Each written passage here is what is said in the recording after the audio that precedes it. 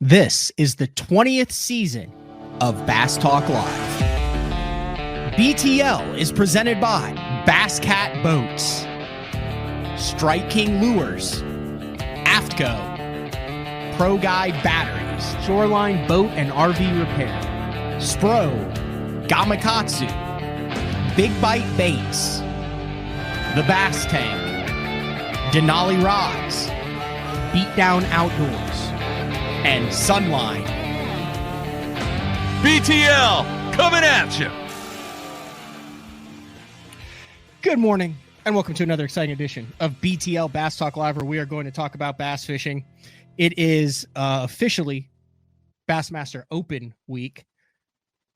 It's also the first week of the BPT. I don't know whether they're taken out of the Texas or Louisiana on Toledo Bend, but they're on Toledo Bend.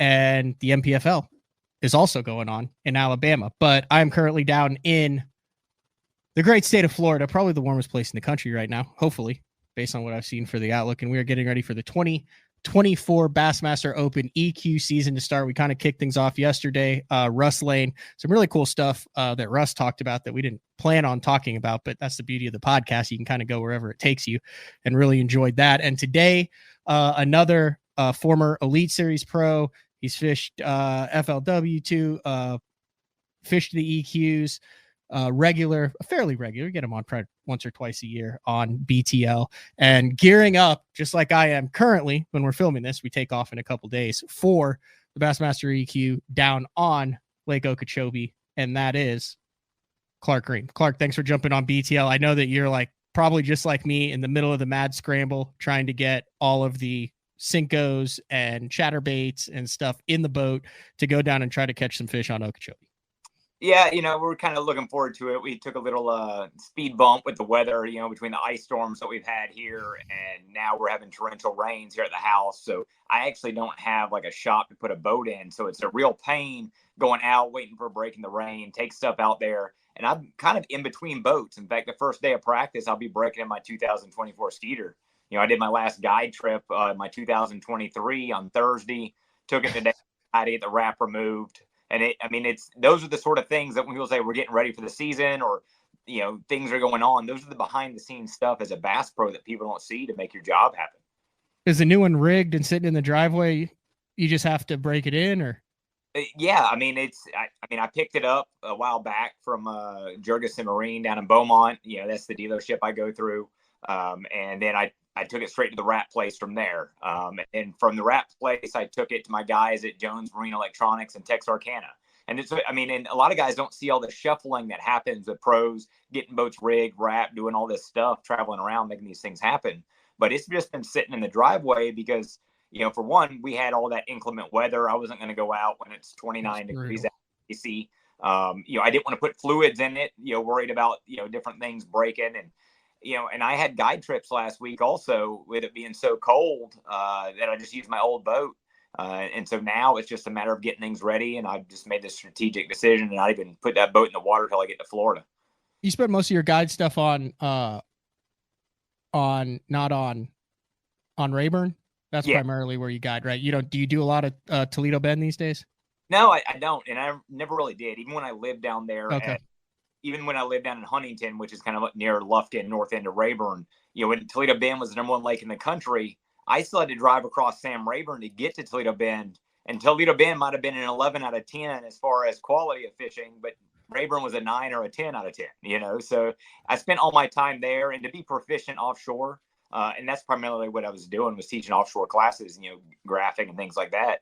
You have to spend a lot of time on the water. And that's kind of what I'm known for at Rayburn is, I've graphed, 80% of the lake at this point in time, a lot of it multiple times. You said that last time.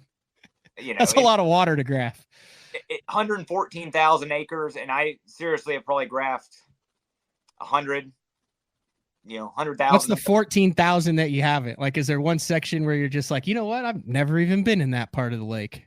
Yeah, there's some really deep water that I haven't messed around with, and on the east side, up the Irish Bayou arm, I don't typically go up there, so I don't really look around over there as much. But man, when you're standing on the bridge, if you can see water, I've graphed it. That's cool. So now you're just are you doing tackle, rods, reels, that type of stuff, actually getting the details done to be ready to go? Because that's what I've spent the last couple days doing. And I'll tell you, I put my last tackle box in the boat yesterday, and I didn't think I was ever going to see that time. It looked like I robbed Omnia in my living room when I got there. I was like, oh my gosh, what have I done? But then it's weird how it all like comes together at the end. Yeah. So, realistically, I'm putting a lot of it in totes and putting it in the back of my truck. Oh, really? Wait till I get to Florida. It's just one of those things when you've got these torrential rains, I don't want to just get the boat nasty. Oh, that's true. And there's a few breaks in between, and it's like, okay, I go out and tweak on this and do that. But as far as loading it up, I'm trying to take less tackle and gear at each event. But the tricky part right now going through all this stuff is we go almost back to back from Lake Okeechobee. Then I'll come home for like 4 days, and then we have to be at Lake Ouachita. And so you got diametrically different fisheries at that point. You're going from braided line, shallow, heavy cover to gin clear water. I mean, I've got float and fly stuff I'm packing for that one. And you're talking, you're going to have guys catching fish in 45, 50 foot of water. And it's going to be just totally different. So it's pack all your jerk baits, your little swim baits, your scoping stuff, everything else for one, and then packing your big stick and your frogs and, shallow cranking and things like that for the other.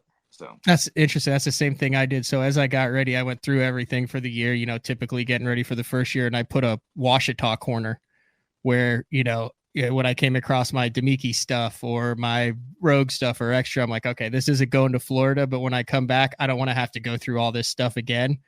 I'm going to put all this in the corner. So I'm kind of packed for it where I can just pop everything out and pop the Ouachita stuff. That's what we're going to talk about today.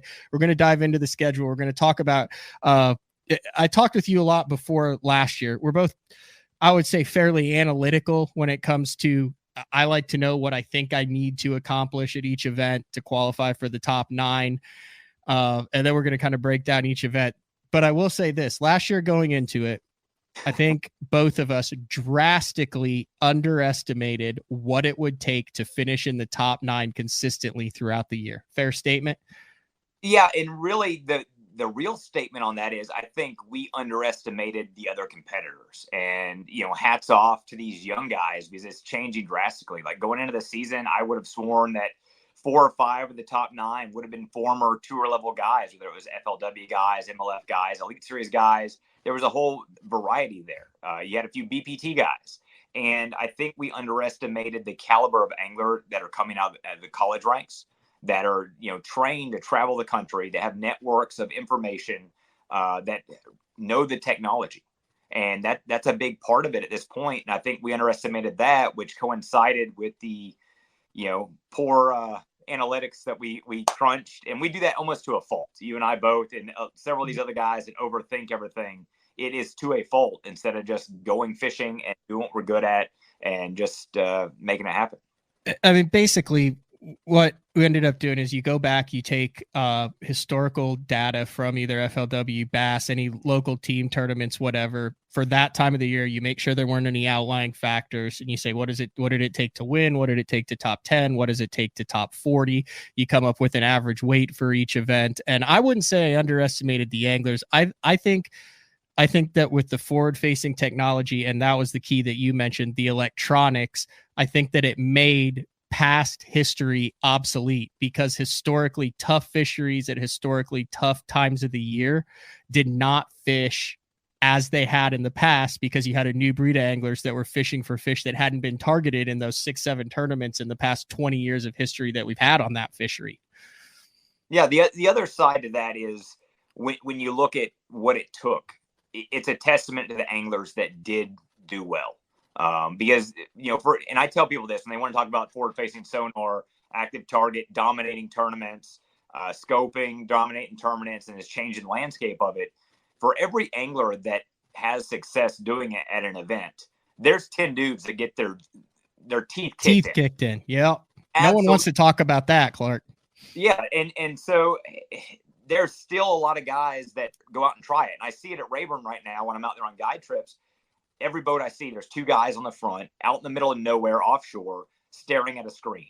And it's like, okay, I could go out and do that, or I could take the bird in hand where I know there's a school sitting at and go pound on them, or you can randomly go out and catch the same caliber of fish staring at the screen. And I think there's this shift where you've got almost 3 sets of anglers now at every event, where you've got your scopers, you've got your offshore guys, and you've got your shallow guys. And they're not the same, even though guys scoping can do a little bit of all of that. You almost have to be pot committed to scoping and trying to make that happen, or you're pot committed to going out and finding offshore fish, schools of fish, traditional ways that guys used to do it with map chips and everything else and time behind their structure scan. Or then you got guys that are pretty much saying, hey, I'm going balls out, I'm going shallow cranking, I'm going frogging, swim jigging, chatterbaiting, things like that. And not a single one of them is wrong. Okay. Yeah. It's just what fits your style. But I'm seeing guys that aren't scopers that are trying to make it work on tournament time. And that's not the time to learn that, because it's a way harder than people realize. That's a great point. All right. I got the schedule pulled up. This is something we typically do just over the phone, where we're like, hey, what do you think about this? You want to just do it on BTL to give the folks a little idea of what we're thinking of. So obviously we start out on Lake Okeechobee, and the thing that comes to mind on Lake Okeechobee is weather and pressure, specifically with what we've experienced on Okeechobee over the last couple of years. Scott Martin talks about the high water, kind of the water wars that they have going on there. And we are going on the backside of the first Toyota series of that year. So 5 days of practice for them, 3 days of tournaments for 200 Toyota Series boats. Their last day of the tournament, 230 of us with co-anglers roll in. Then we practice Saturday through Wednesday, and then that derby kicks off on Thursday. You look at some of the weights from Okeechobee over the past 2 years, and there have been some massive, massive bags of fish weighed in here. Is this going to be a slugfest, do you think, or is it going to be high expectations with a lot tougher than expected due to the conditions and the pressure on the fishery? I honestly think this is one of those events that we think pressure is a deal, but what people don't realize, and again, people on the outside that watch, the TV shows, watch the lives, listen to these anglers talk about it, Okeechobee is one of the absolute biggest lakes in the country. Mm-hmm. It fishes smaller than any other lake we're going to go to, except for maybe Eufaula, Oklahoma. And again, that's another massive lake that's going to fish small. And it's because there's only certain areas that have fish. And you think, well, the pressure is going to hit these places. But what people don't realize is the fish down there in Florida, especially Okeechobee, they come in waves where they're not physically there to be caught in some of these little backwater areas, some of these grassy areas. And you're waiting for spawning fish to basically materialize out of thin air, more or less, open water. Even though there's vegetation everywhere, you are waiting for the right fish to get into these areas to show up. And that's what everybody's kind of gambling on, even in practice. So even though there's a lot of pressure with this Toyota series that's going on this week, it seems like a lot of pressure, but it's still going to be the same areas, because that's where fish are going. It has the right either fish, it has the right bottom composition, the right food source, whatever. But those are the areas of fish. And so even if these tournaments weren't there, the local pressure would be there, but it's new fish constantly coming in and out of those areas. So it's repopulating, throughout the spring. That's a good point. You want to do winning weight and top 45 cut weight, since they gave us 4 additional spots to cash a life-changing check there, Clark? Well, let's do it all for all 9 of them, and then we'll be able to see how close we are. All right. We're going to do a wager on this? Yeah. What do you want to bet? Let's see. I'm big on the signed simoleons. So right. let's do a signed 5. A signed 5. All right. At the end of the year. I'll hang at my shop. You can hang at the studio. That'll work. I got 7 of them right there.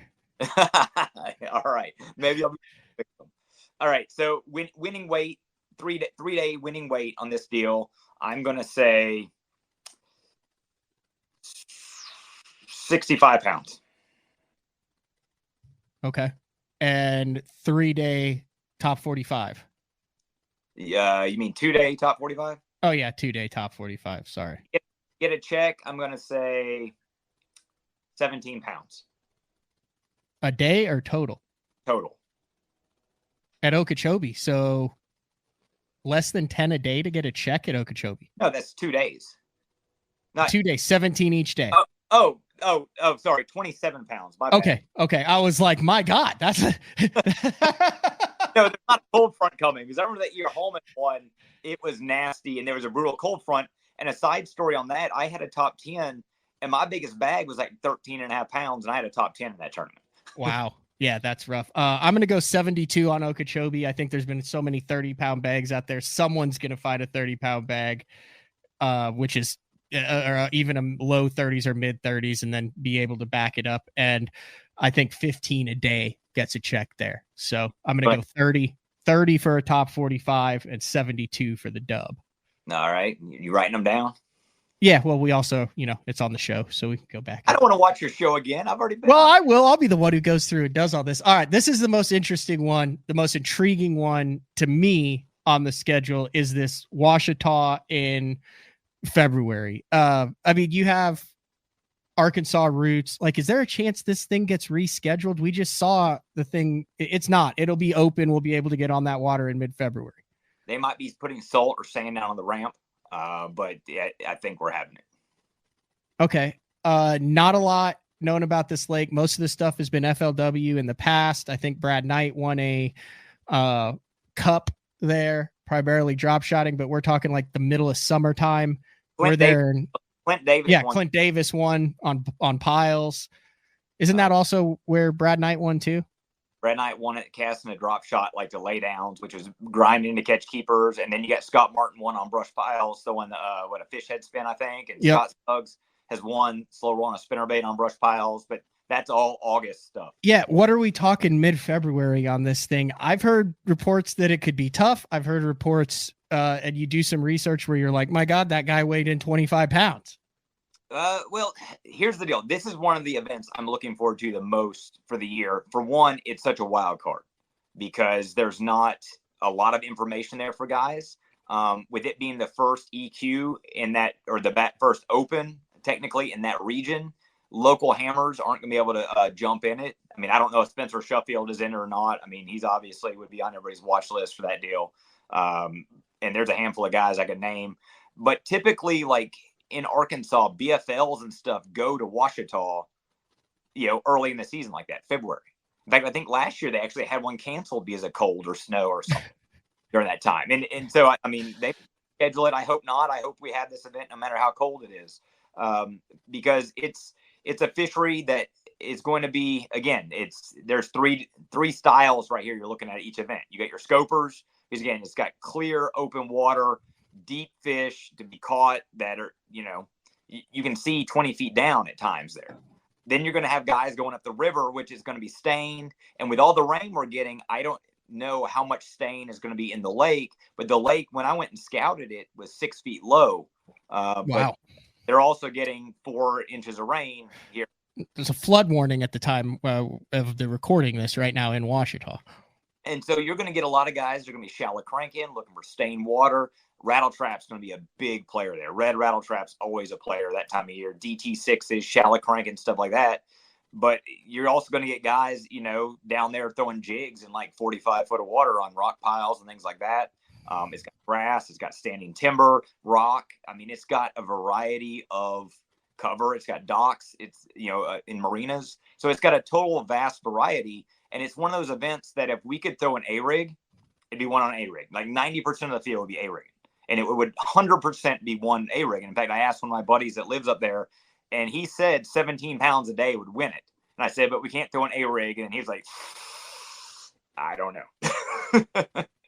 So for my 3-day guess on this, I'm going to say 45 pounds. 15 a day. 15 a day. It's going to be hard to back up sacks. Mm-hmm. And 2-day total to get in the money? 2-day to get in the money, I'm saying 24 pounds. 12 a day, 2.5 pounders. 10 2.5 pounders keeps you in the game. 23 pounds. Okay, 23 pounds. I'll go first on the net. We'll go 2 and 2. I think it'll take I have no idea on this. Exactly. I have no idea because there have been some heavyweight bags in it, but those are also locals and probably under ideal conditions. We don't know what we're getting, and I think the lake is going to be changing a lot by the time we get there with this massive cold front we've had and all this rain. So I'll go. Man, I'm so shell shocked because last year I was so low on all of what I thought it would take. So I'll go 17 a day to win the event. You guys can do the math on that, and I'll go 13 a day to cash a check. So 26. Yeah. Well, to cash a check. Saying 51 to win? Yeah. 51 to win. And what to get a check? 13 a day, 26. 26. Well, I don't know who's going to be right on this, but here's the thing about the locals and look at those local events. And this is something that people need to keep in mind when they're looking at events coming to their home body of water. You're remembering that one great day, that one winning PFL. To back that up for 3 days in a row is where things get tricky. You know? And so I don't think there's going to be like schools of fish people can go beat up. And what people also forget about is there's 225 guys with 5 days of practice beating up the low-hanging fruit, the obvious deal, that discharge pipe, that duck blind, that obvious marina that looks good, that riprap 45 back channel swing is getting pounded every day, 10 times a day by a guy cranking down that bank. That's a good point. I said it. I'll stick with it. All right. So I'm breaking this season basically into thirds is the way that I'm kind of looking at it. And the first third, and this is a brutal stretch because Okeechobee is a fishery you don't want to mess with. You got to know how to get around. Very easy to suck on it. Ouachita, a little bit of a wild card. Weather's going to be a factor. And then we go to the beast that is Santee Cooper. There will have been a Bass Pro Tour event on Santee a couple weeks before we're there, but a very interesting time of year. The second week in March, we start practice on March 2nd. Tournament begins the 7th through the 9th on Santee. A lot of history here. Elite Series has been there the past 2 years. We've seen 100 pounds take to win it. We've also seen it be stingy on the back end to get a check. I'm very optimistic about Santee, but I think a lot of what weight and how much it takes to win on Santee is going to be massively weather dependent. And if we hit the spawn, it's then going to become, how is that place going to handle 230 boats, and who is going to figure out that the spawn started if it starts on Wednesday or the first day of the tournament and wasn't going on early. And then also, are those fish going to be in pre-spawn or spawning or a mixture of both? And then what is the water level and what is the water clarity? And how many of these guys in the opens are going to know how to get around that place too? Because it's a daunting fishery. So all sorts of factors involved in Santee Cooper. I still think it's going to take 22 a day to win that event. So 66 pounds to win on Santee Cooper, 15 a day to get a check.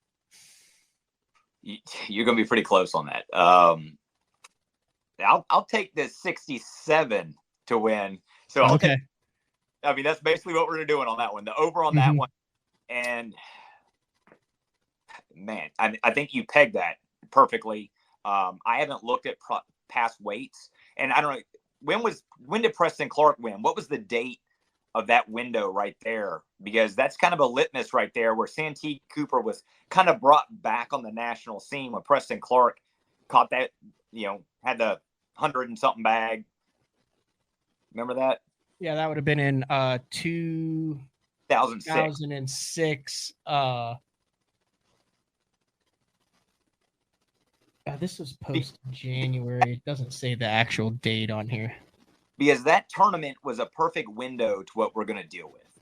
Because from the guys I talked to, and that was prior to me being on the Elites, and that was the only time I've ever actually been to Santee, was the Bassmaster Open that was there like a week later or 2 weeks later that James Niggemeyer won. And it was all or nothing. You were either sight fishing or you could not get a bite.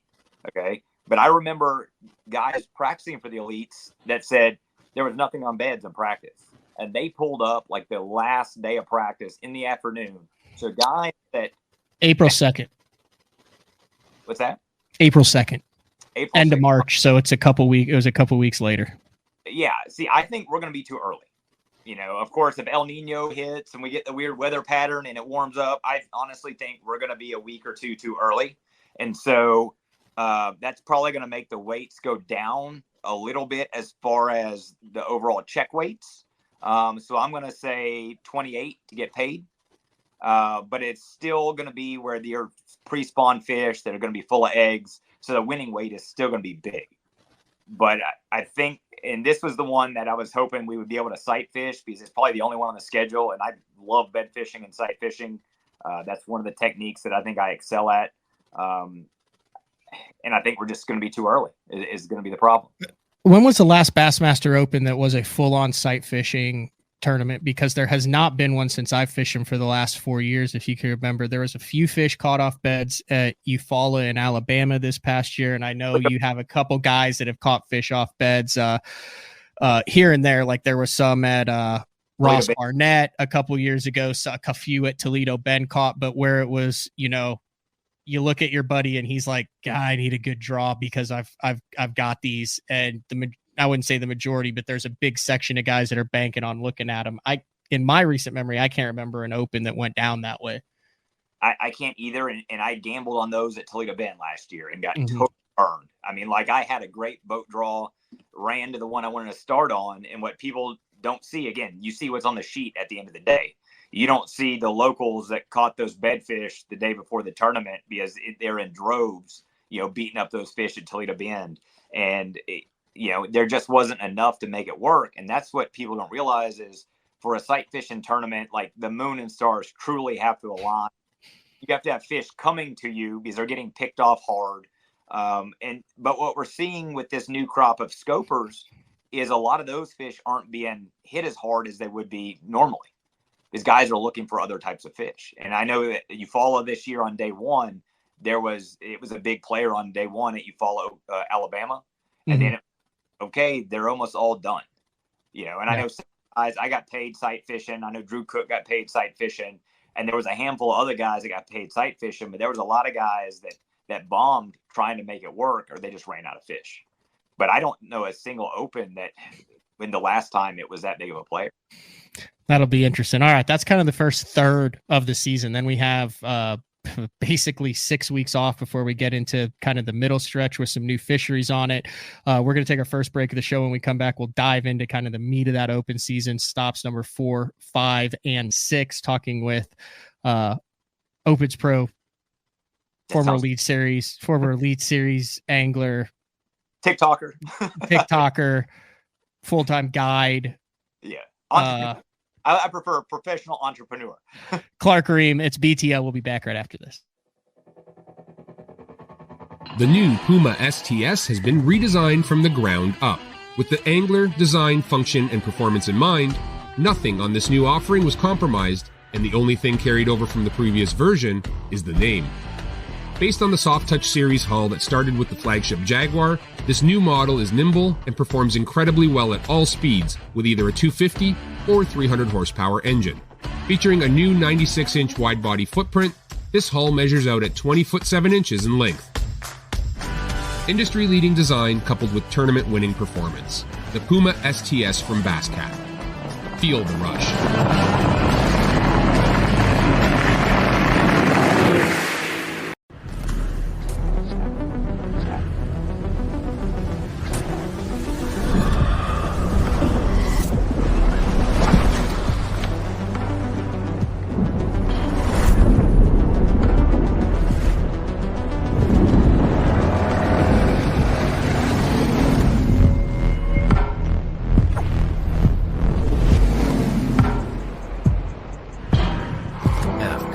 Any fish, any water.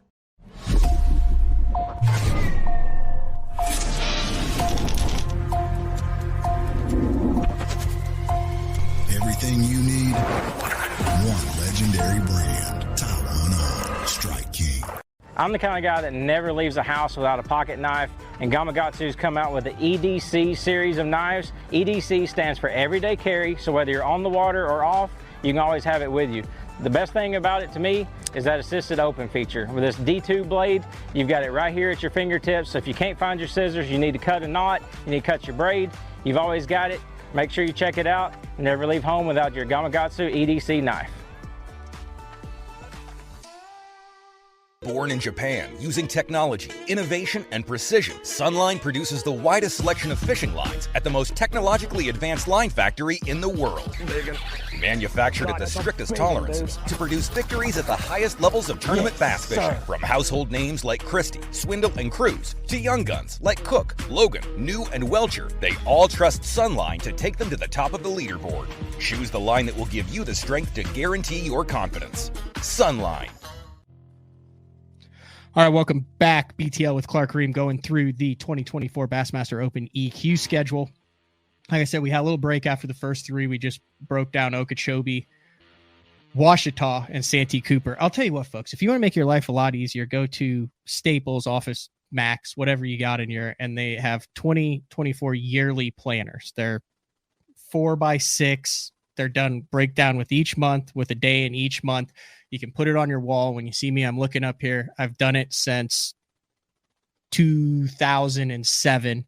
I block out everything that's personal that I'm going to be out of town. I block out like iCast, the classic, that type of stuff. And then I have the days that I'm going to be gone. So I can look at that and kind of see the year as a whole. Great life hack. One of the few life hacks that I have because I typically don't make things very easy on myself. But all right. So we have a break basically from March, which is the weirdest thing that I've ever thought, which I understand because of scheduling and the Elite Series. But what you would consider prime bass catching time of the year, the second week of March through the last week of April, no open EQs. Did that surprise you when the schedule came out, Clark? You mean fishing season? Yeah. Yeah. Like the tournament season. We do have the Bassmaster Classic there to go work. Neither of us qualified to fish it this year. So we got to throw that into the schedule. But man, honestly, I love it because, my son is 13 now. He's starting to fish more. I got school activities, and you were talking about your calendar. I mean, you're dating somebody, but you're not married. You don't have any kids, and it's crazy juggling those schedules on the calendar.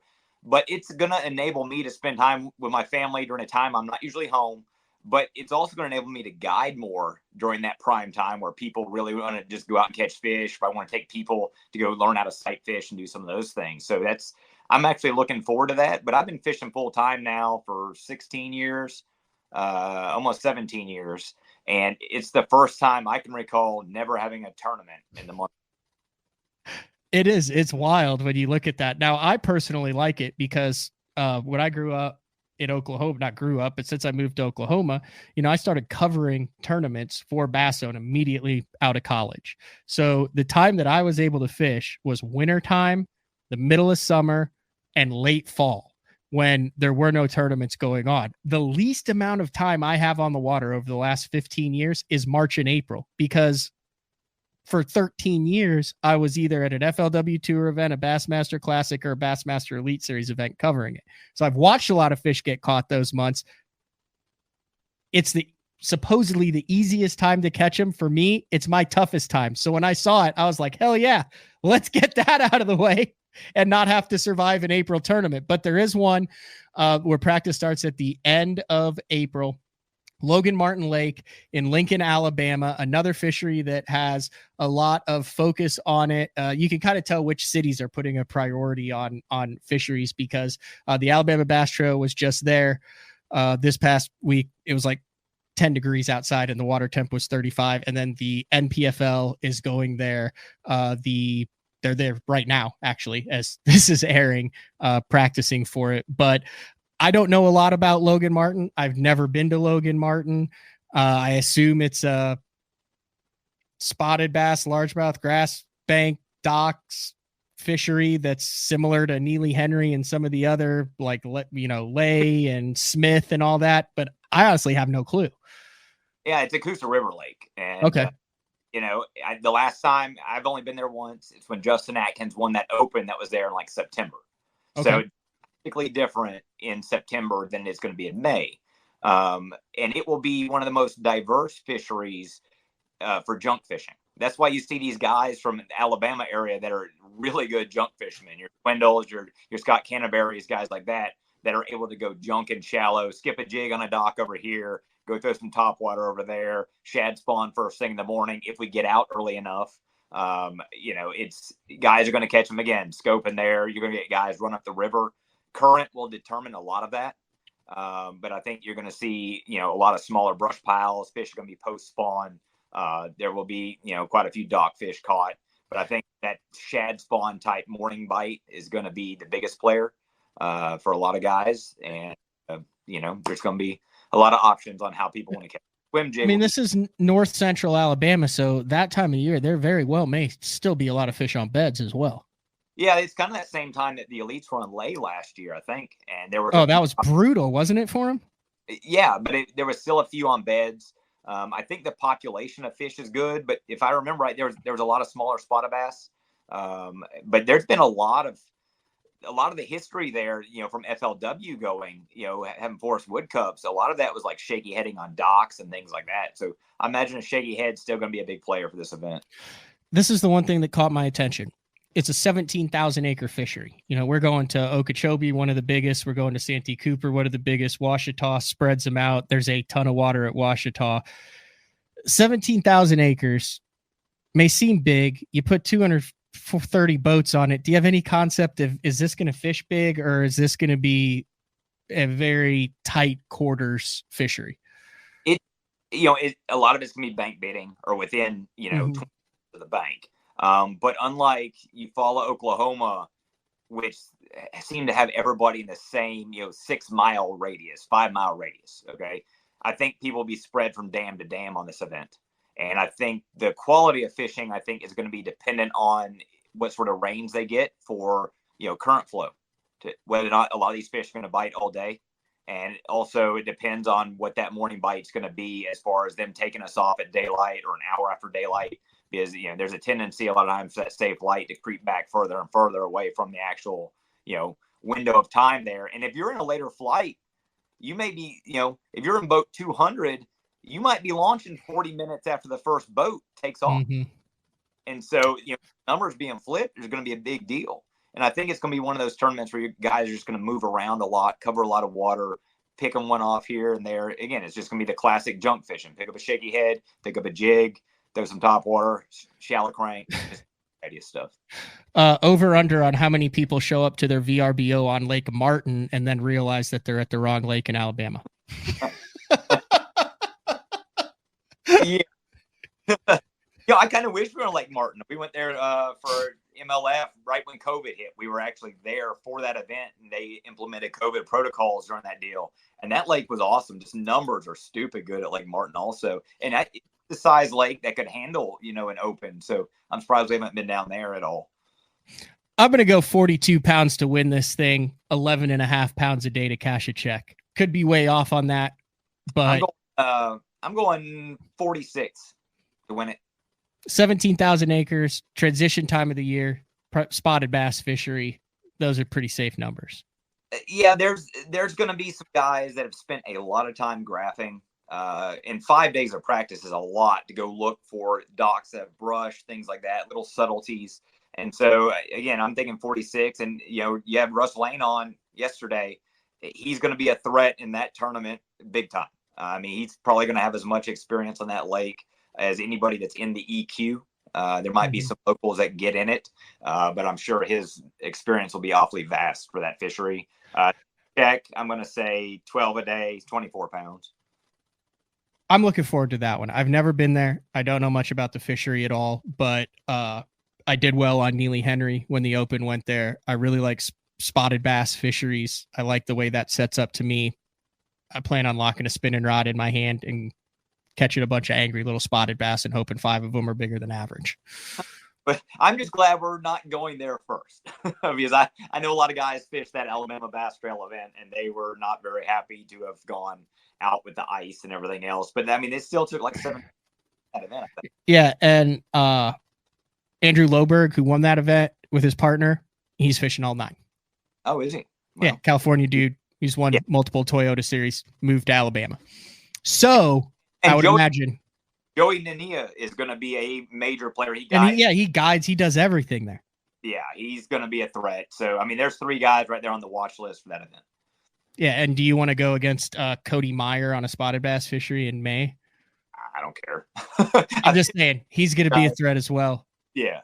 A bunch of guys are going to be a threat on that one. That's interesting. Then we got another 6-week break all of May and the majority of June, and then a return trip, the first return stop on the schedule, the third week of June, the 20th through the 22nd on Lake Eufaula in Oklahoma. Lake that I've spent a lot of time on, a lake that I put a lot of time on preparing for the past event.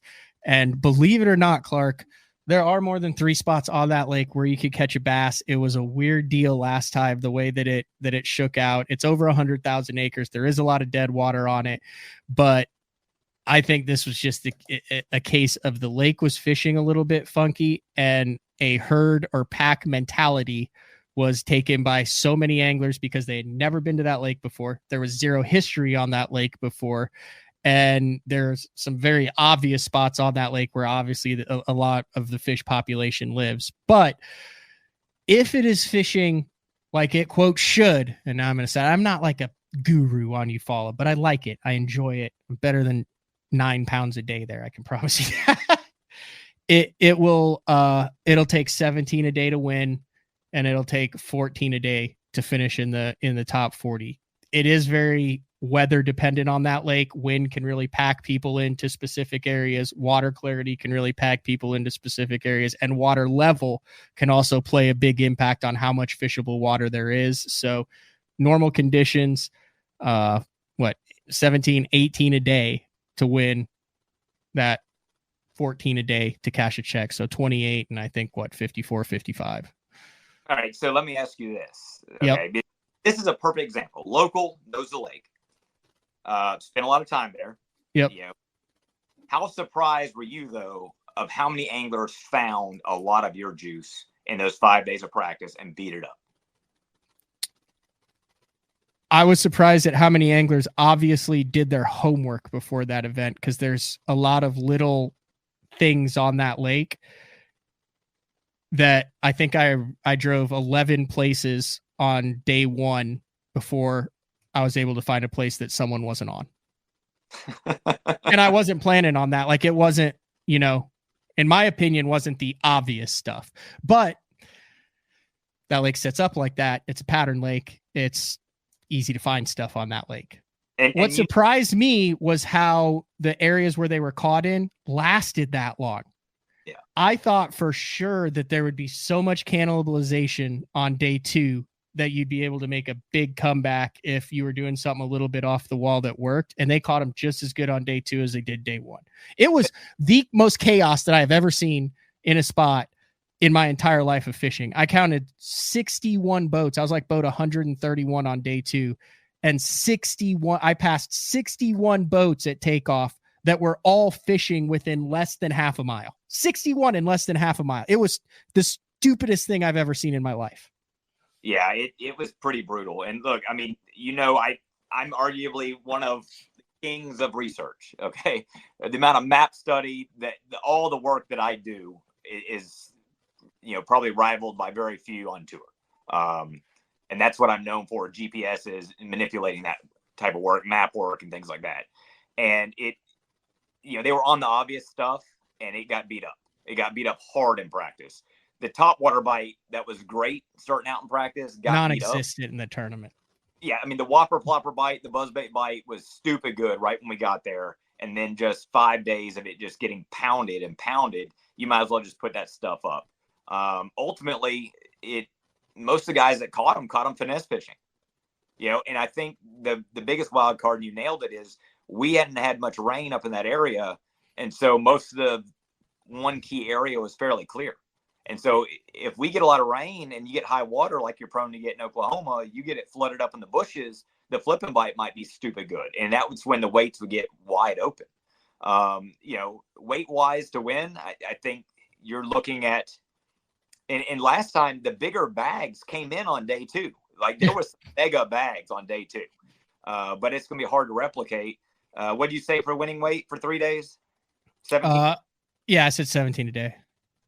I think because we've already been there once, it eliminates a lot of the time that guys are going to spend. More time is going to be spent beating up on the key stuff. I'm going to say, 42 to win. It's going to take less. It's going to be a grinder. It's going to take less. And you said 14 a day to get paid? Yeah.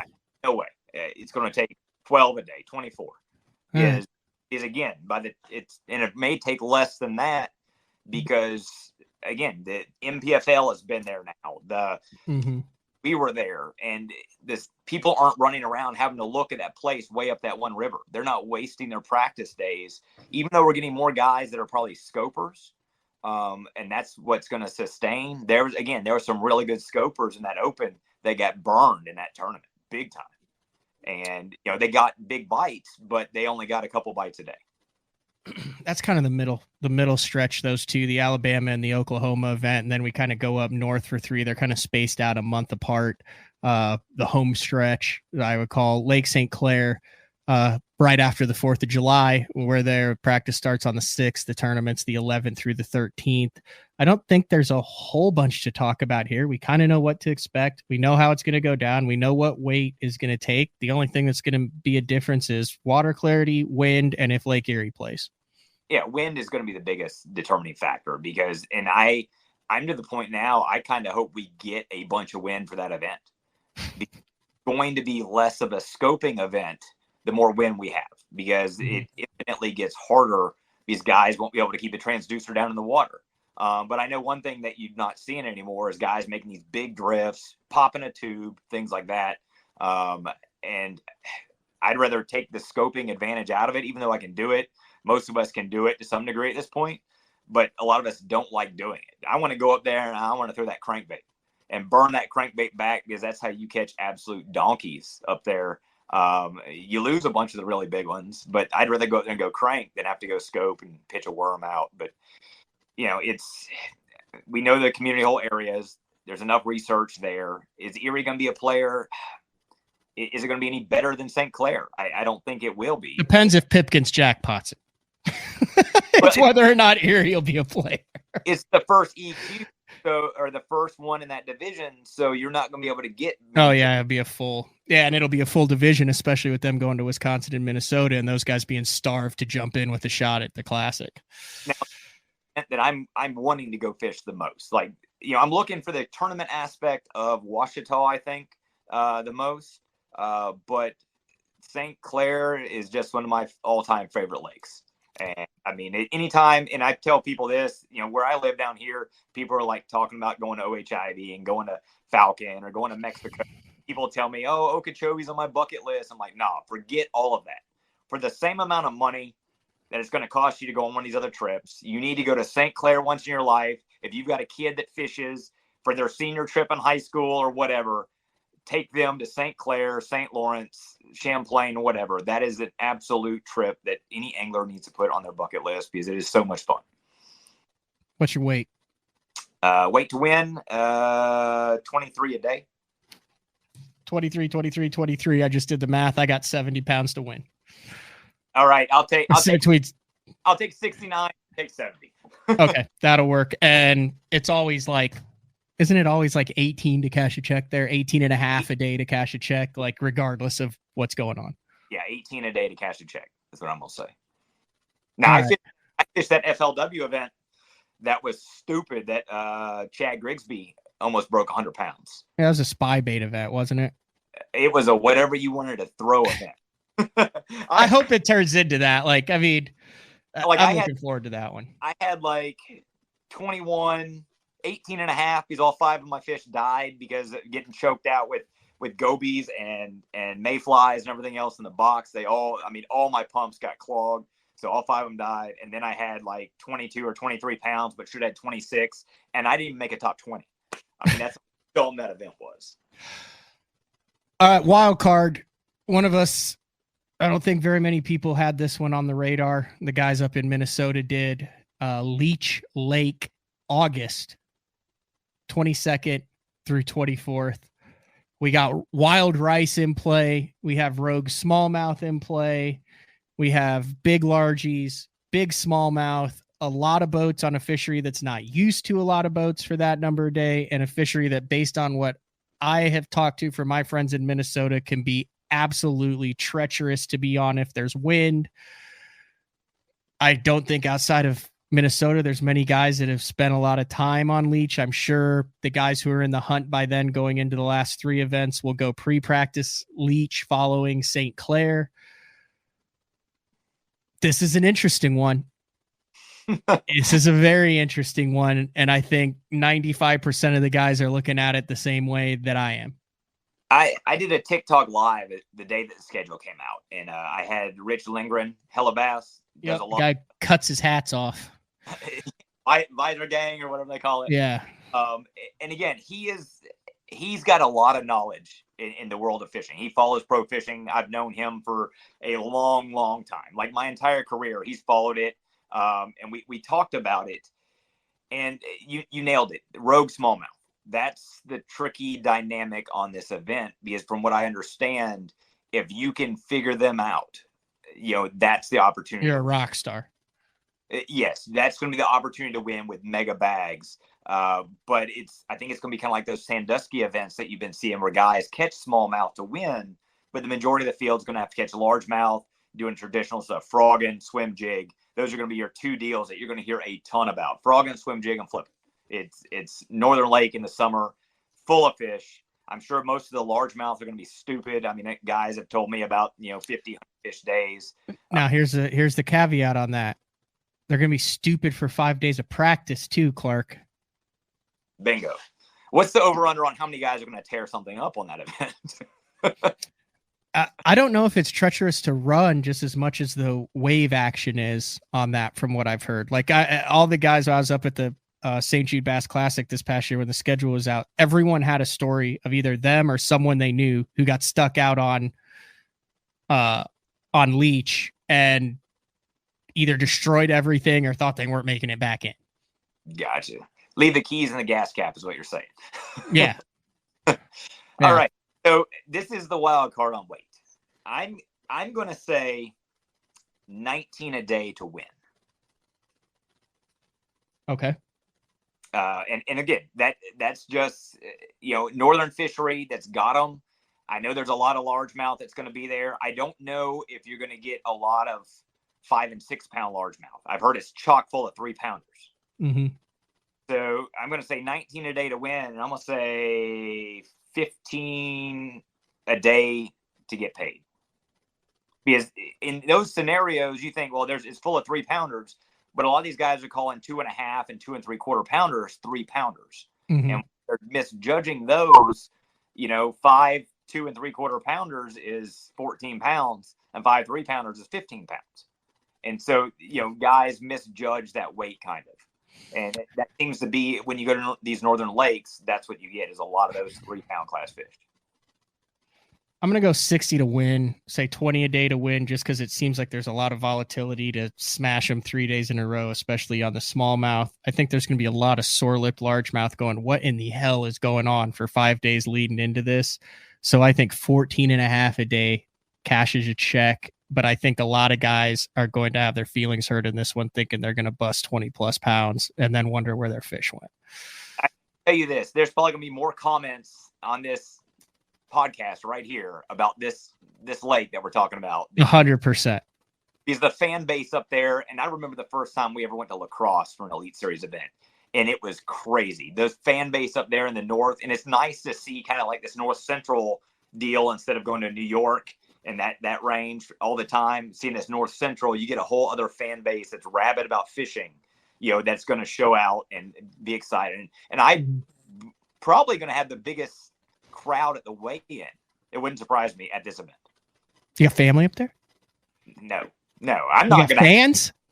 Oh, just the biggest crowd in general. Because here's what you see when you see Elite Series events or whatever else, go to a fishery for the first time, is those fan bases come out of the woodworks for that opportunity to come watch the weigh-in, be part of Bassmaster. And there's enough guys with star power fishing the EQs that they're going to be excited to see a lot of this stuff. And I'm sure they're going to get a lot of volunteers, because I think the Federation type angler, there's a lot of those up in that point, and they're proud of their fish.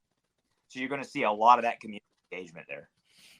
Good point. Then 2 weeks later, you mentioned it, La Crosse, Wisconsin. I think this is another straightforward event. There's been a ton of events there. We know what the variables are. It always takes between 14 and 15 and a half to win it, 12 and a half to 13 to cash a check. The question is, will it be close? Will it be far? How much grass will be in play? And water level will be a major deal. And I think it's that time of year, it's typically low, but the biggest wild card of anything there, and we saw it last year. I'm really good friends with Matt Steffen. And look, I watched that final day, and it was as big of a nail biter for a weigh-in as I've ever seen. Yeah, it didn't look easy, too. It didn't look easy on that final day. The final day was tough, but the barge traffic about killed those guys that were all going to make the top 5. And you watch, because there was a barge, and they were counting it down. Like, you couldn't tell. And it's like, okay, I knew how long it took to get from that lock to the weigh-in. But it's like, all right, you know, are they going to make it? Are they going to make it? And it wasn't over dramatized on the live because that's the way it truly is there. And I mean, there's guys that are about to throw up that are like, you know, like Matt, perfect example. He's got a chance to win and make the BPT. But at the same time, if he does not make it through that lock, he starts counting down. Okay, I'm going to lose for every minute. It's a pound. Yeah. And we're also at the point of the year, too, where you're going to have guys that are in the hunt that need to continue to catch them, that are going to be in that scenario where they're saying, hey, guys, you're not guaranteed to get back, but they know that's where the best fish is going to go. And they know if they don't get through that lock that they just fished 7 events and the one before the last one got them in the lock. Yeah, it's one of those strategy events. Do you lay down a bunt if you're in the hunt to make the EQs? I think it depends on where you're at in the points. But I'm telling you, that pool 8 gets absolutely pounded. And with 5 days of practice, I've only been there with 3 days of practice or 2 days of practice. And 100 guys. And 100 to 150 guys. So 225. I mean, what were the weights that year? And what year was it that they went in the fall? You pulling that up? Yeah, I think it was like 16 a day. Yeah, so it was still pretty rancid, you know, but it didn't take all. There weren't a whole lot of limits, if I remember right. Mm-hmm. Yeah, it's always been a fun tournament to watch, but guys enjoy it, but it's stressful for them. Well, the thing about 225 guys when a place like La Crosse is low is that you take out half the fishable water. Mm-hmm. And that has a major factor in it because then it draws all this fish out of the backwaters. You can't even get to the backwaters without tearing stuff up, if you can even get to them. But even like in that MLF event last year, I mean, one of the guys that apparently dominates up there in the BFLs and things like that made multiple All-Americans. He was way, way, way up in some nasty, vegetation. So that's a needle in a haystack. And so with 225 beating that up, it's going to be hard to find virgin water or to time things out. It's going to be a tricky deal. I'm going 40 pounds to win. 40 pounds to win. I'm going 44 to win. And I'm going 11 and a half, 23 to cash a check. Yeah. I'll go 24. I mean, all right. Because again, we're on the same page on a lot of these deals, so it's take the over under, so I can take you $5. Yeah, and then the year concludes in October, early October, on Lake Hartwell. Had an open there 2 years ago. We've had multiple Bassmaster Classics. We've seen how that goes down. Your thoughts, initial thoughts on Lake Hartwell, October 10th through 12th. I don't think there's a community in the United States that's spending more on bass fishing than that Anderson, South Carolina community.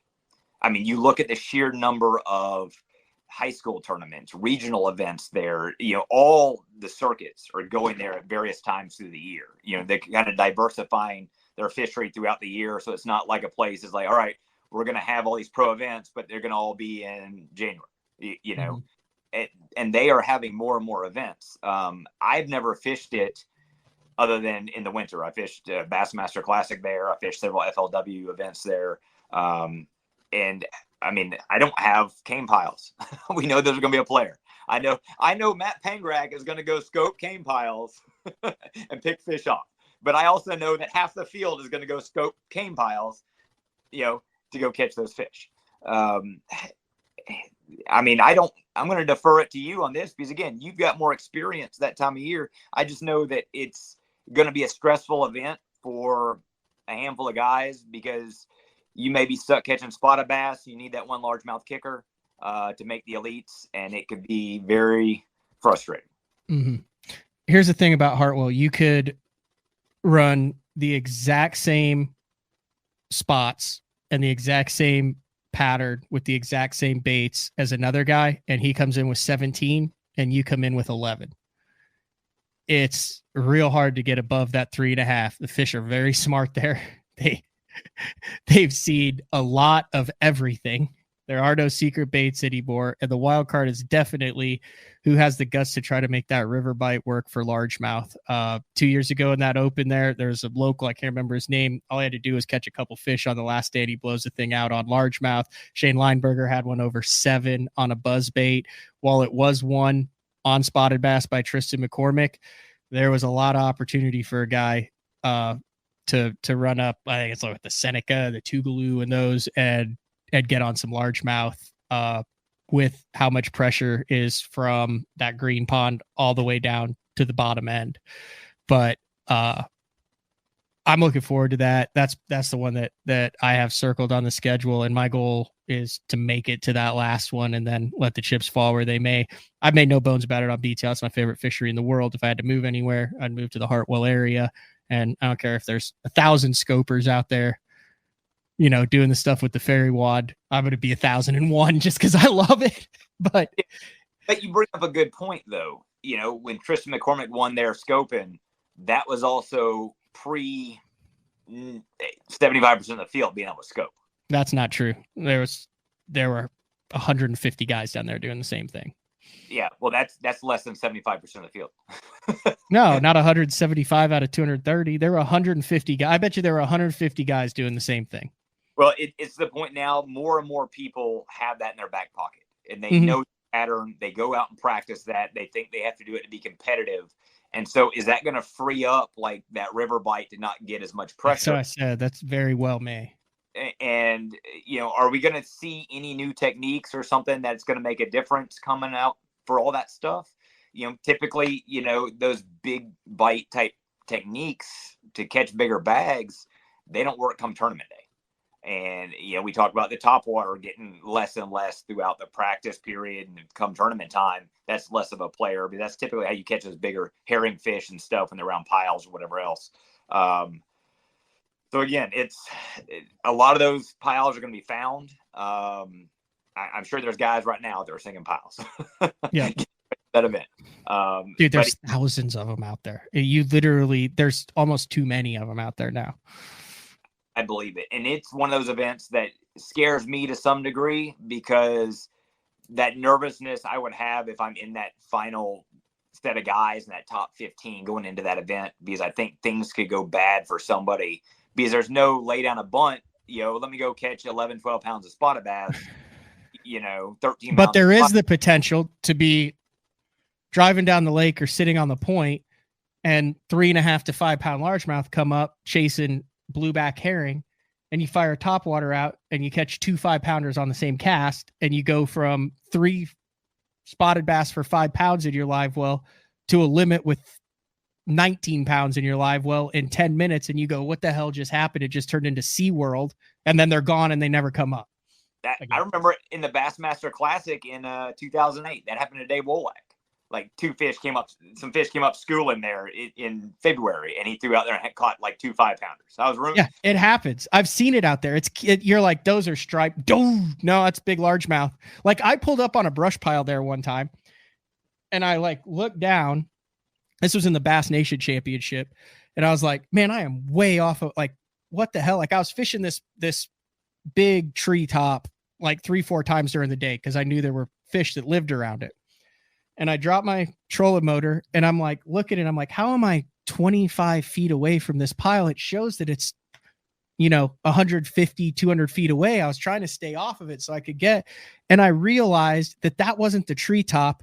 That was the dark mass of a school of 30 to 50 largemouth that were all 3 to 5 pounds that were swimming in unison underneath the surface.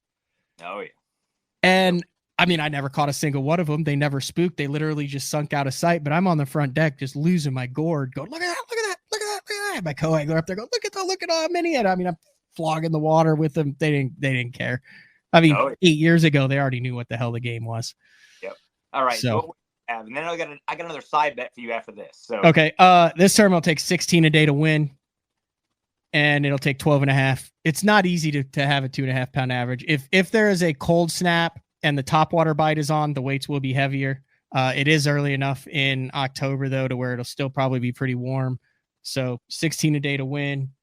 That's 49 pounds. So between 49 and 50 pounds, 12.5 a day between 24. I think 23.5 could be 60th place and 24.5 could be 30th place. It's going to be jammed up, isn't it? Yeah. Yeah. You don't want to lose when you get one of those mag spots on, you do not want to lose it. All right. I'm going to say 47 to win. And I'm going to say, 23.5 for get paid. I mean, I'm obviously no Jamie Rampy out there or anything like that, but I do enjoy the fishery. And that brings up a good point for the final event. There will be open spots for guys to get in the event. And so that's Brian New. The Jamie Rampies, Brandon Cobb might jump into that one, guys like that. Yeah, Brian New, he top 10'd it a couple years ago. Yeah, perfect example. So those later events, there's always room for some local hammers, to get in it. So, all right, what's the other side bet? All right, side bet for you. Behind the scenes, we talk about a lot of anglers. Okay, we're gonna make a fantasy team for the open anglers, and I know you get the list in front of you. I don't have the list, so I just got to wing it. 5 anglers, you have to be on that team. Who's gonna pick the highest finishing team? You ready for this? We have to put each other, or we have to put ourselves on that team. So we're picking 4 anglers. 4 anglers, and we're the default on our own team. Okay, let's alternate. You can go first. I'll take Dakota Eber. Shocker. I am going to go with Cody Meyer. That was my second pick. I'm going to take Tucker Smith. Oh, that's a good one. And I don't have the list in front of me, so I'm having to go off the cuff here. Yeah, I do have the list. Okay, let's make a point. We can't pick anyone who's on the Elite Series currently who's fishing all of them. Correct. So no Kenta Kimura. I don't know who else is fishing all of them. Yeah. I am going with Sam George. I'm going to take Randall Tharp. Ooh.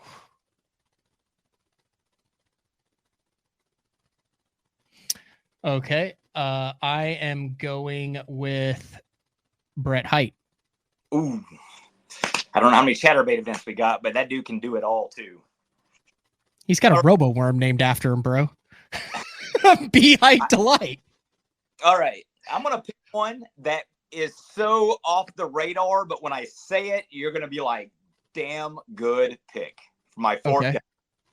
Cliff Pace. Oh, that was who I was going to pick next. That is a fish catching machine right there. And look, you know that none of these guys are going to make it. It's going to be some obscure college kid or whatever that's coming out. I got one more or a couple more, 2 more. One more. No, I got 2 more. You have 1 more. 1 more. I have Cody Myers. Oh yeah, 1 more. So you've got Dakota Eber, Tucker Smith, Randall Tharp, and Cliff Pace. And I've got Cody Meyer, Sam George, Brett Height. So I know a lot of those younger guys' names. And look, there's a couple of guys that have fished the Opens for years that have come close. What's that guy? Yeah, you know what I'm talking about. Yeah. Well, that's what I'm trying to go with. I feel like last year we all thought that experience would play such a big role, and there wasn't a single angler that made it with the experience. So, I mean, you're obviously tempted to go with a Russ Lane or a Mike McClellan or, one of those guys. But I'm going to go with the guy that's been very impressive to me. I mentioned earlier in the show, and that's Andrew Loberg. Oh, I said he moved from California in Alabama. He's going to have that stuff dialed in. He's going to be comfortable around the grass. He's a young kid who has already made his mark and is going to be 100% dialed in with connections. I think he's going to be extremely strong. And I didn't even realize he was fishing it until a couple days ago, all 9. But Andrew Loberg will be on FS1 several times this year in the Opens. Absolutely, because his rookie year fishing the MLF, pro circuit at the time. I mean, he made multiple top cuts. And look, there's going to be there that you know, we don't even know the full list yet, or do you have it? Yeah, I got it out. I got it in front of me. Mine's Okay. Dakota Eber. Eber was like a late ad, but yeah, there's a lot of familiar names on here. A lot of guys with a lot of experience, a lot of young guys. And look, if I had to pick a fifth, and I mentioned his name earlier also, Joey Nanya is on the verge. You know, and with one being in his back door, but look, it could be a push because he won over there at Eufaula, Oklahoma. You know, if he'd be my sixth or he'd be my fifth. You know, I mean, you don't want to. I got a fifth then too, because last year my roommate Andrew Upshaw was close. He made like one bad decision that kept him from being right in the thick of things at the end. And he's got the TV show rolling, and I see what he puts into it, and he's next level on some stuff. And like, he won't say it because he's a professional angler. He has a tour win, he has a Toyota Series win, but he's had some bad luck happen the last couple years. And he was one of those guys who's come in and you go, ooh, Upshaw had 9 pounds, and you get back to the house. And like I said, he'll never say it publicly, but he's like, yeah, I dumped a 5. I had a 6 jump off. I should have had, you know, he went into that Lake of the Ozarks event needing to catch him. He swung, he connected, and just had weird stuff happen at the side of the boat where the fish didn't make it in the boat. Otherwise, he's in Florida fishing for one of those 10 spots. Yep. Okay, so let's do this.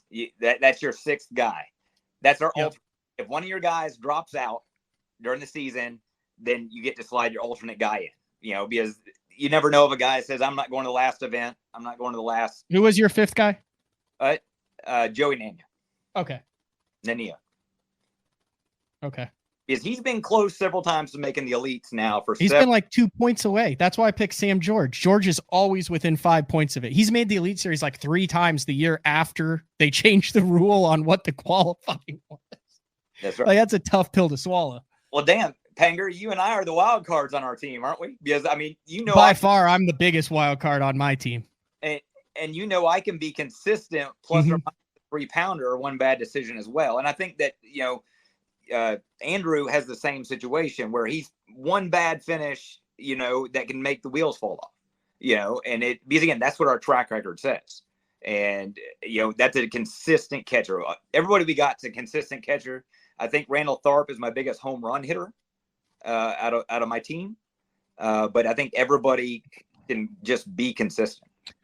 There's so many guys that I feel like we left out that we're sliding by not putting them in. I mean, Tai Ao, he's a really good angler who's fishing it. Ish, he's got a year back under his belt with the co-anglers in the big fields. You don't want to tell me Ish, who hasn't fished a big field like that, who has a lot of open wins under his belt, isn't going to say, okay, these are some things I need to switch up for the pressure of these fisheries. And you don't think he's pissed that he's got to fish the opens for another year? Guaranteed he is.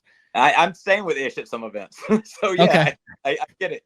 But I did some videos with him, you know, and those actually did real well on the TikTok channel because he's not afraid to speak his mind. But look, I'm not slighting anybody. I didn't have the list in front of me. These are his names. Remember? Oh, just me. Sorry for everybody that I slighted on that list. If you're listening, the good thing is I could only piss off like 145 people because there's only 52. And look, if we would have done this thing last year, talking about these anglers fishing it, we all would have been stomped. I mean, but because again, and we're probably going to be wrong again. We're going to look like fools. We said at the beginning, underestimated the field. I mean, these anglers are getting better and better. And again, I don't keep up with the college fishing, but that college fishing is that training ground for the pro tour. And that's one reason we're not getting as many co-anglers anymore, is these guys are going straight from college fishing straight to trying to make a living as a pro. And, you know, the term living is loosely used because the realities of it's a lot different than, hey, I won my entry fees back and did this, that, and the other. And there's a lot of names on that list that did not come back from last year's EQ that I would have thought, whether, you know, they had financial backing or family money or whatever else, that they were in it to make the long haul. But it's hard for a guy like me and Ish and Niggemeyer, you know, Blake Smith, Tharp, I mean, Russ Lane. We've been doing this for so long, making a living doing this, that this was the best option we had going forward in our careers. Well said. All right, I believe 151 will start out. There says 150 on here. That was before eBear kind of made his surprise announcement. So let's just say 151 start on day one at Okeechobee. How many EQ guys make the last cast on Hartwell? What's the war of attrition? Because I was shocked at how many guys stuck around this year. Yeah, but for the duration of the year, this schedule is brutal with the travel. It's more than an Elite Series travel schedule for the Opens. We have more practice days and we have more miles from Epicenter traveled than the Elite Series. Yeah, I mean, I'm lucky that I go from Okeechobee. My home is on the way to Ouachita. So, I mean, that one is beneficial to me. And Ouachita is the closest to my house. I'm like 3.5 from there. Eufaula, Oklahoma is the next closest, and I'm 4 hours from there. And then after that, I think the next closest is like 800 miles, living here down in Shreveport.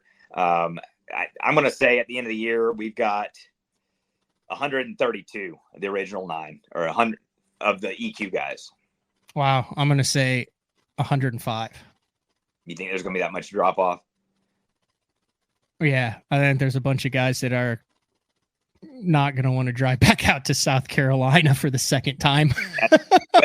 Well, this time, how many finished over the amount of guys started on the EQs? What's that? How many finished down there in Florida that started? I think out of 175, I think it was like 120 or 130. Oh, okay. And because that's a long, brutal drive as well. Yeah. And that was why it was so far away. Like if it had ended on Grand or something, I would have jumped in. But I mean, you have the guys that are out there on the coast, but you've got, you're looking at it from the state.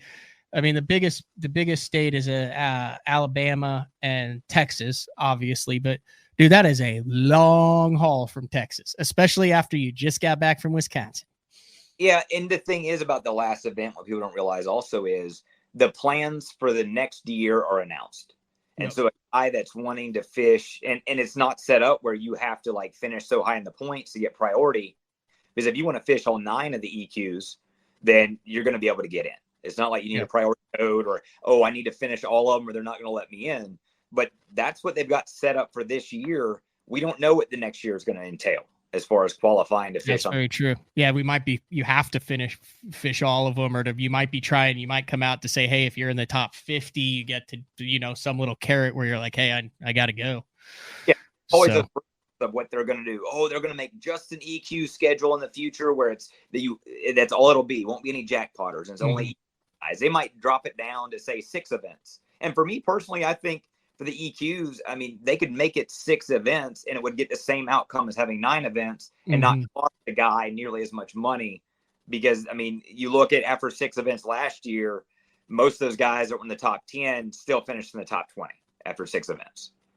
So you're going to still get that diversity of fisheries. It's not going to cost nearly as much because the bankroll that a guy has to have or sponsor support is still awfully high for a guy to fish the EQs as it is to fish the elites. Yeah, it is. So you're good. Go ahead. Anyway, we're going to take our final break of the show. When we come back, you got a lot going on. You got like on the water lessons going on. You got the TikTok thing going on. Give you a chance to kind of talk about what you're working on off the water to get through this year. And then, any sponsor changes, additions, who's back in 2024. So BTL with Clark Reehm. I enjoyed the hell out of that, man. I thought that was interesting. And look, this is the conversations that we have in person. That's what people don't realize. When you're talking to Ish or Castledine, these are the same exact conversations we would have sitting around drinking a beer, me driving to a tournament. This is the same conversation you and I just had every year. Maybe you have them with Ish at Castledine. They just they just take shots at me on Open Pros Pick'em. They don't call me just to chat, Clark. Haven't reached that status yet. Y'all doing that again this year? I'm a glutton for punishment. If I'm invited, if Andrew does it again, I'll be there. I'll be the puncher boy. Y'all need the fantasy football punishments for losers. Yeah. All right. We'll be back right after these.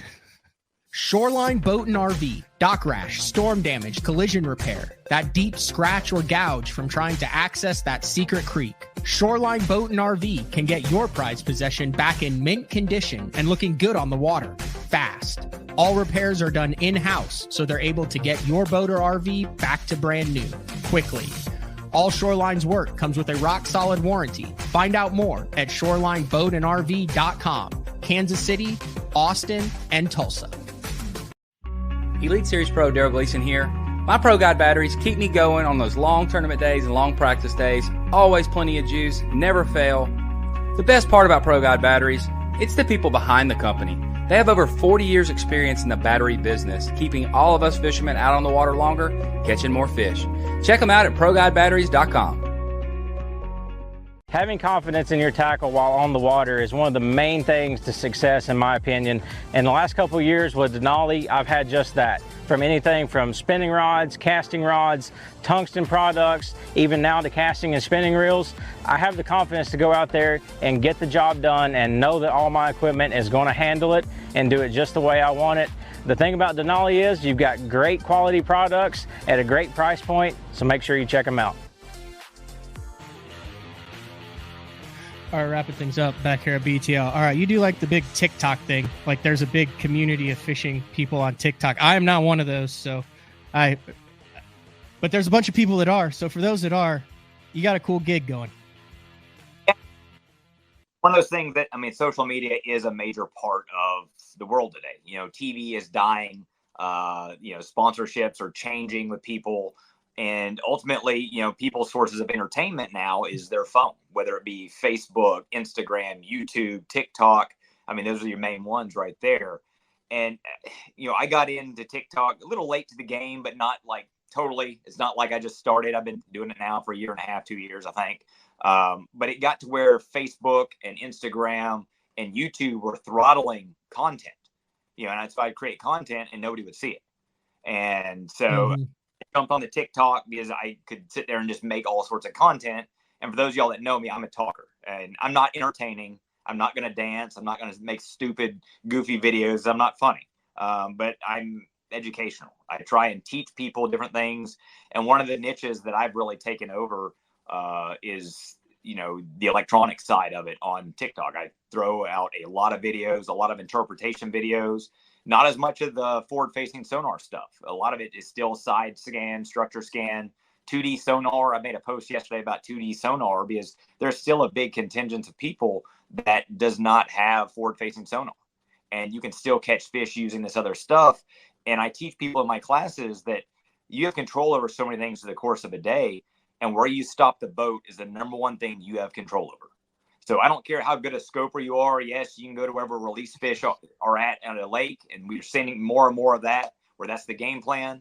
But if you go and you know how to scope or to scan and look for fish, find shad, where to stop the boat, that makes a big difference. And so I teach classes like that at Sam Rayburn called the Elite Angler Academy. I teach electronics, but it's more teaching people how to use technology and resources to find and catch more fish.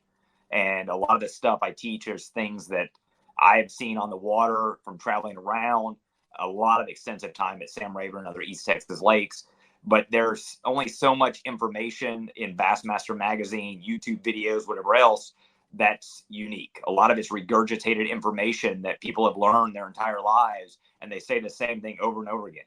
You read the same articles, it's the same information, and most people have the same information because that's what they've read and what's been known. But guys that are on the water all the time see other things. And fish at Sam Rayburn are different than fish in Florida. They're different than TVA fish. They're different than Hartwell fish. And they can't make blanket statements about bass fishing that are going to cover bass as a whole and fishing as a whole. So that's the type of stuff that I try and teach via my TikTok videos and through my classes there at Sam Rayburn. Website to check that out, Elite Angler Academy. Yeah, I haven't updated it yet. That's on the list, among other things. So just get with you on social media.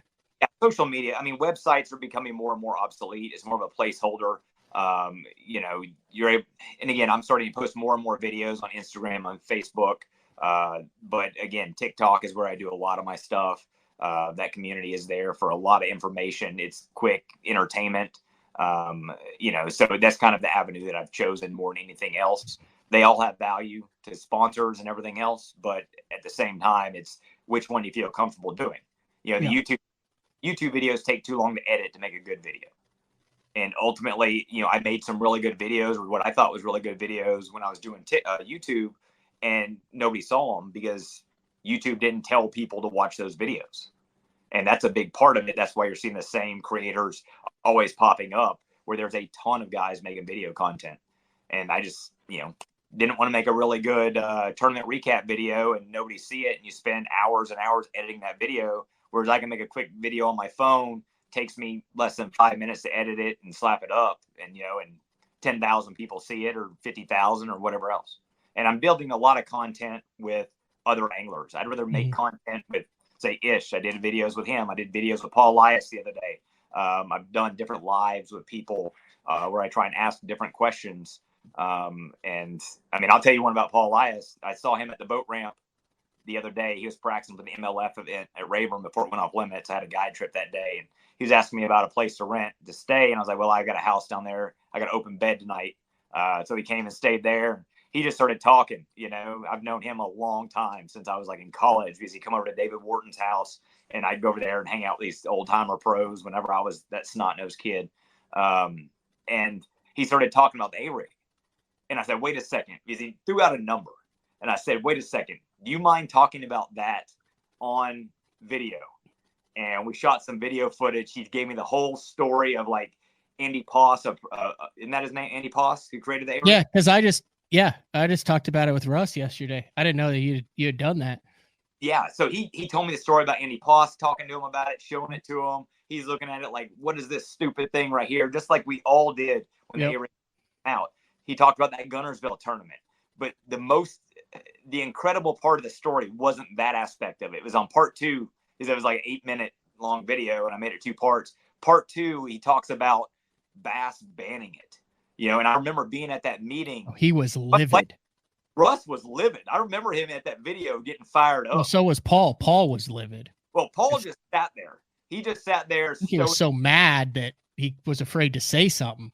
Because, and this is in my video, he talks about how much his royalty check was for that first quarter when it came out. So to actually have a pro honestly say dollar amounts for a sponsorship, or what this deal was, how much royalty money he got in the first quarter, was just staggering.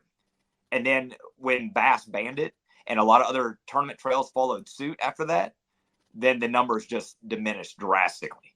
And so, I mean, content like that is the things that I'm trying to bring out. And I've got access to a lot of pros. I think we're gonna do a lot more content like that at Opens this year, because there's quite a few of them there. And I'll chop that stuff up. So, there's some good stuff there. I've got Ish talking about, I told him, hey man, I want you to talk about baits that you're not sponsored by. I did see that. That made its way to Instagram. Yeah, it was, and somebody else posted that. I didn't post it. They ripped my video off and shared it. And I think his Instagram post got like 50,000 views. And it was like, all right, be honest. Talk about the baits that you're not pimping out and whoring, because everybody can see your jersey. We know you've talked about missile baits. We know you've talked about, river to sea. What are baits people need to have in their tackle box? And he actually named off names, brands, products. And to get honesty like that, that's what I'm looking for. I don't want to share content that's the same guy, the same crap that somebody's saying. I like it. Back with Epic this year? Absolutely. Epic's one of those relationship deals. The owner, Brian Knighton, phenomenal guy. Gary, they're coming out. They had a whole line of products, okay? And they've got a massive pro staff. You're seeing more and more guys coming on board, and they're listening to their pros. We had a spinner bait. They're ditching that spinner bait. We got the Wesley Strader spinner bait coming out. Oh, that's big. Oh, yeah. Yeah. Are you allowed to talk about that? It's coming. I never heard that. This is breaking news to me. I mean, what did he used to throw, the Bango blade? The Sloan. No, the Sloan. Yeah. Was it called the Bango? I don't remember. The Zorro? Wasn't it Zorro? No. I just know we did I just know that he's got a spinner bait, and it's his spinner bait, and it's the spinner bait. It's coming. And, like Matt Becker just redesigned a jig. We got a J-Wheel jig coming out. We got a new shaky head that's coming out. You think, well, a shaky head is what it is. The holdup was we were waiting on our patent to come out for that shaky head. In fact, it's ready right now. And it's got a different bend. And this was a Scott Suggs design. And this is what he'd been doing for years. And he'd been teaching other pros how to bend this hook and do these different things. And so we've got a Scott Suggs shaky head coming out that's different than the other shaky heads on the market. And so we've got other products coming out of various degrees that, constantly coming out. So even though we started off with products that are great, we are changing them to meet the needs of these pros. And so when guys say, oh, here's a news flash for people, just because a pro's picture is on a package doesn't mean he designed it. Okay. A lot of times companies say, all right, here's 10 crankbaits. Go try them out. Tell me which one you like. And that's what you got. Okay. These pros are actually sitting there saying, no, this sucks. Change this, do this, adjust this, or, hey, I've got this built right here, and that always happen with these companies because manufacturing is a tricky deal for all these companies. They've already got the stuff built. They just want to put a name to it. And so these pros at Epic are sitting there actually developing new and innovative designs off of what currently exists or what their pro tour careers have, made them modify these baits to make them better. Anything else you want to get in here before I let you go, man? We've gone an hour and 31 minutes today, Clark. Well, you knew I was a talker. You knew you were in for it. I know. I blocked out an hour and a half. Look. I mean, I got the Yamamoto sub behind me. It is. I noticed that. That's a lot of Yamamoto there. Look, I'm part of the GSM family. Again, they are expanding drastically. You see them picking up, acquiring more companies and stuff. But the funny thing is, almost all of these are the same exact color. Hey, go down to that lower corner. Down here? The Daiwa make. Are those the ones that are fat with the little tail on them? Some of them are, yeah. Yep. Those are legit. I had bought that stuff for a while, But, I mean, there's a lot of stuff that they've got that's phenomenal, and GSM is doing the same deal, developing new stuff, picking up new and, again, I catch probably half the fish I weigh in every year is on a Senko at this point in time. I'm sorry. It's cool. I know he catches fish. It is a check cashing money maker. I agree. I know it's caught more fish than any other fish in soft plastic history, probably. It's good. And Ish especially in tournaments. Ish even said it in his video. I've asked John Cruz at Missile, make a Senko, and Cruz even says, why would I? You make one better than that. Mm-hmm. That's a testament right there. Yeah. Well, like I said, any bait that an entire genre of bait is called by a brand name, a fluke, a Senko, a chatterbait, and even that says something. Even a chatterbait's been replaced as a jackhammer now. Yeah. You have got when your product is the brand, that's a testament right there. Perfect. All right, Clark, thank you very much. I greatly appreciate the time. Like I said, I enjoyed that. I'll be interested to see what the locals think about our take on some of the fisheries we discussed. Yeah, and y'all throw up your fantasy teams too. I know Bass doesn't have fantasy fishing for the Opens, but it's going to be nice having those 2 fivers here in my shop. From Pack. I might actually spend one of them. All right, take it easy. See you, Clark. Bye. All right, that is Clark Reehm as we get things rolling here for the Bassmaster Open EQ. All right, check the website. I still update it. BassZone.com for what we have going on the rest of the week. This has been another edition of BTL Bass Talk Live. Talk to everyone later. See ya.